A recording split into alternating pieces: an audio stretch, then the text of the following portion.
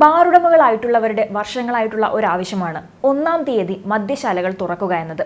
പക്ഷേ ചർച്ചകൾ നടക്കാറുണ്ടെങ്കിൽ പോലും ഇതിന് അനുമതി ലഭിച്ചിരുന്നില്ല. എന്നാൽ ഈ ആവശ്യത്തെ ഉദ്യോഗസ്ഥതല സമിതി ഇപ്പോൾ പിന്താങ്ങുകയാണ്. മദ്യവരുമാനം കൂട്ടാൻ സംസ്ഥാനത്ത് ഡ്രൈ ഡേ പിൻവലിക്കുന്നതിനെക്കുറിച്ച് ആലോചിക്കണമെന്ന് ചീഫ് സെക്രട്ടറിയുടെ നേതൃത്വത്തിൽ കഴിഞ്ഞ ദിവസം ചേർന്ന യോഗത്തിൽ ചർച്ച നടന്നിരുന്നു. കുറിപ്പ് തയ്യാറാക്കി സമർപ്പിക്കാൻ ടൂറിസം സെക്രട്ടറിയെ യോഗം ചുമതലപ്പെടുത്തുകയും ചെയ്തിരുന്നു. വരുമാനം കൂട്ടാൻ ബിവറേജസ് ഔട്ട്ലെറ്റ് ലേലം ചെയ്യാനുള്ള സാധ്യതയും സർക്കാർ തേടുകയാണ്. ഇപ്പോൾ 1-ാം തീയതി ഡ്രൈ ഡേ ആക്കിയ മുൻ സർക്കാർ തീരുമാനം റദ്ദാക്കാനുള്ള സാധ്യതയാണ് ഉള്ളത്. കേരളത്തിൽ എല്ലാ മാസവും 1-ാം തീയതിയുള്ള ഡ്രൈ ഡേ മാറ്റണമെന്ന് സെക്രട്ടറി തല സമിതി ശുപാർശ ചെയ്തിരിക്കുകയാണ്. ചീഫ് സെക്രട്ടറി വിളിച്ചു ചേർത്ത യോഗത്തിലാണ് നിർദ്ദേശം. എല്ലാ മാസവും 1-ാം തീയതി മദ്യശാല തുറന്നാൽ ഏകദേശം 15,000 കോടിയുടെ വരുമാന വർധന ഉണ്ടാകുമെന്നാണ് വിലയിരുത്തൽ. വരുമാന വർധന ചർച്ച ചെയ്യാൻ തിങ്കളാഴ്ച വിളിച്ചു ചേർത്ത യോഗമാണ് ഇങ്ങനെയൊരു നിർദ്ദേശം മുന്നോട്ട് വച്ചിരിക്കുന്നത്. വില കുറഞ്ഞ വീര്യം കുറഞ്ഞ മദ്യത്തിന്റെ വിൽപ്പന, മദ്യ ഉൽപാദനം പ്രോത്സാഹിപ്പിച്ച് കയറ്റുമതിയിലേക്ക് കൂടുതലായി കടക്കുന്ന കാര്യങ്ങളും യോഗത്തിൽ ചർച്ചയായിരുന്നു. പുതിയ മദ്യനയം വരുന്നതിന് മുന്നോടിയായാണ് യോഗം നടന്നത്. കേരളത്തിൽ ഡ്രൈ ഡേ പിൻവലിക്കാൻ നേരത്തെയും നീക്കം നടന്നിരുന്നു. ടൂറിസം മേഖലയിൽ നിന്നുൾപ്പെടെയുള്ള സമ്മർദ്ദം ചൂണ്ടിക്കാണിച്ചാണ് പിൻവലിക്കാൻ ശ്രമം നടത്തിയത്. 21 വർഷങ്ങൾക്ക് മുൻപാണ് ശമ്പള ദിവസമായ 1-ാം തീയതി സംസ്ഥാനത്ത് ഡ്രൈ ഡേ ആയി പ്രഖ്യാപിച്ചത്.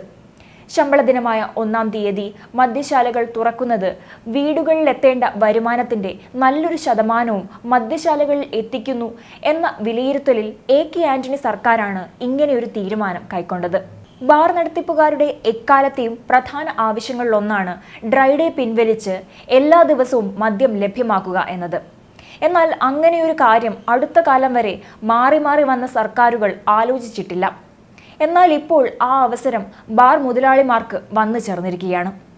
സംസ്ഥാനത്ത് എല്ലാ മാസവും 1-ാം തീയതി ഡ്രൈ ഡേ ആചരിക്കുമ്പോൾ വർഷത്തിൽ ആ ദിവസങ്ങളിൽ സംസ്ഥാനത്ത് മദ്യവിൽപ്പന ഇല്ല എന്നതിനപ്പുറം ടൂറിസം, ദേശീയ അന്തർദേശീയ കോൺഫറൻസുകൾ എന്നിവയിൽ നിന്ന് സംസ്ഥാനത്തെ ഒഴിവാക്കാനുള്ള കാരണമായേക്കാവുന്ന വിഷയവും യോഗത്തിൽ ചർച്ച ചെയ്യപ്പെട്ടു. ഉദാഹരണത്തിന് 1-ാം തീയതി ഉൾപ്പെടുന്ന 1-ലധികം ദിവസം നീണ്ടു നിൽക്കുന്ന ദേശീയ അന്തർദേശീയ സമ്മേളനങ്ങൾ, കോൺഫറൻസുകൾ എന്നിവ നടത്താൻ ഡ്രൈ ഡേ ആചരിക്കാത്ത ഒരു സംസ്ഥാനം തിരഞ്ഞെടുത്തേക്കാം. ഇത് കേരളത്തിന് വരുമാനവും തൊഴിലവസരങ്ങളും മറ്റും നഷ്ടപ്പെടുത്തുന്നു. ടൂറിസം വകുപ്പ് ഇതിനെപ്പറ്റി ബന്ധപ്പെട്ടവരുമായി കൂടിയാലോചിച്ച് പരിശോധിച്ച ശേഷം ഒരു കുറിപ്പ് സമർപ്പിക്കേണ്ടതാണെന്നും, കൂടാതെ സംസ്ഥാനത്തിന്റെ വരുമാനം കൂട്ടാൻ കേരളത്തിലുടനീളമുള്ള നിശ്ചിത എണ്ണം ചില്ലറ മദ്യവിൽപ്പന ശാലകളുടെ നടത്തിപ്പ് ലേലം ചെയ്യാനുള്ള സാധ്യതയും പരിശോധിക്കണമെന്നും യോഗം ചർച്ച ചെയ്തിരുന്നു. മദ്യവിൽപ്പനയില്ലാത്ത ദിവസത്തെയാണ് ഡ്രൈ ഡേ എന്ന് വിളിക്കുന്നത്. ഓരോ 3 മാസത്തിലും ഡ്രൈ ഡേകളുടെ പട്ടിക സർക്കാർ പുറത്തുവിടാറുണ്ട്. ഈ ദിവസങ്ങളിൽ ഒരു തുള്ളി മദ്യം എവിടെ നിന്നും ആർക്കും ലഭിക്കില്ല. ഒരു പരിപാടിക്കോ പ്രത്യേക ദിവസത്തിനോ തിരഞ്ഞെടുപ്പിനോ മുന്നോടിയായി കടകളിലും ബാറുകളിലും ക്ലബ്ബുകളിലും മറ്റു സ്ഥലങ്ങളിലും മദ്യം വിൽക്കുന്നത് സർക്കാർ നിരോധിക്കുന്ന ദിവസങ്ങളാണ് ഡ്രൈ ഡേ. ഒരു വർഷത്തിൽ ഏകദേശം 20-21 ദിവസങ്ങൾ ഡ്രൈ ഡേ ആയി വരാം.